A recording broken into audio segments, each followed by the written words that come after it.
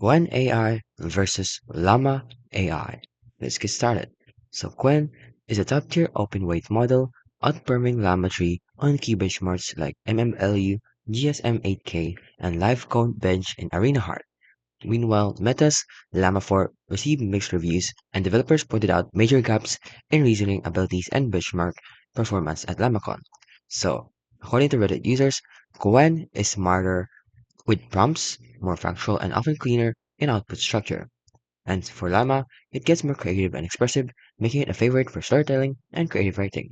Now for their speed and efficiency. In real testing, Qwen 2.5 was significantly faster than Llama because Llama remains easier to use or deploy for local inference due to smaller footprints and options.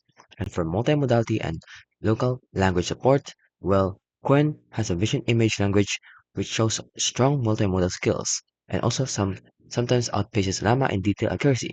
Meanwhile, multilingual, Quen supports over 29 languages effectively compared to Llama, which leans towards English focus. So who wins?